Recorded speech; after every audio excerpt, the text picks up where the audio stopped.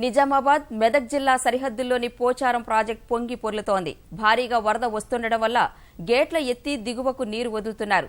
జలపాతాన్ని తలపిస్తున్న దృశ్యాలను చూసేందుకు పర్యాటకులు పెద్ద ఎత్తున తరలి వస్తున్నారు. నీటి ప్రవాహాన్ని చూసి కేరింతలు కొడుతున్నారు.